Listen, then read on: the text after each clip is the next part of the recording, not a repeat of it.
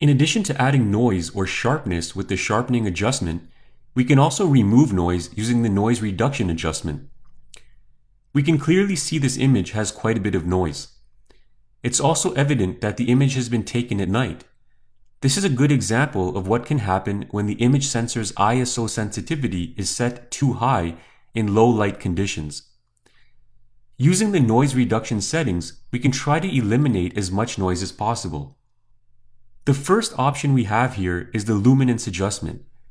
This adjustment focuses on the granularity of the noise. In other words, how well the grains of the image blend in with one another. Without adjusting the luminance slider, we can see that the grains don't blend well at all. That's what's causing a grainy look for this image. Watch what happens when we move the luminance slider from the very left to the right.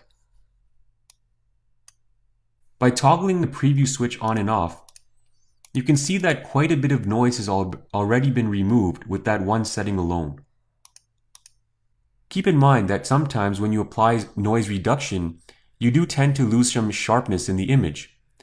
For this reason, it's important to balance this setting to preserve detail but also eliminate as much noise as possible.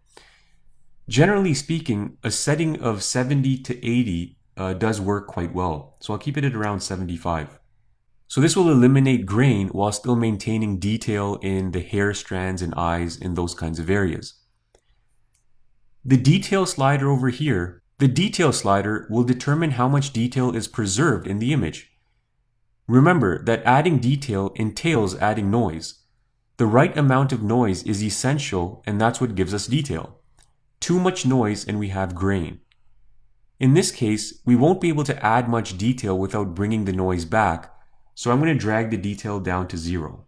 So you can see that the noise reduction is even more dramatic when we bring the detail slider down. We don't need to add any contrast between our shadows and highlights either, so you can leave the contrast slider all the way down. This is what would happen if we brought it all the way up. You can see the difference. It just becomes a little bit too patchy.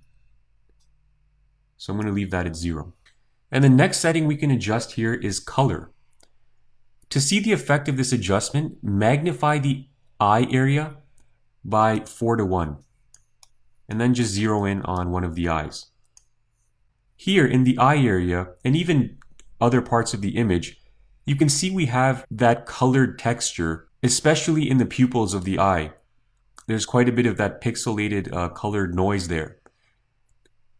This is exactly what the color slider targets. We can remove this color by sliding the slider to the right. So you can see the difference right away. Now you can also smoothen the transition between pixels by reducing the detail slider down. Okay, so that further helps remove the color from that pixelated grain area. We can further smoothen the transition between pixels by increasing the smoothness.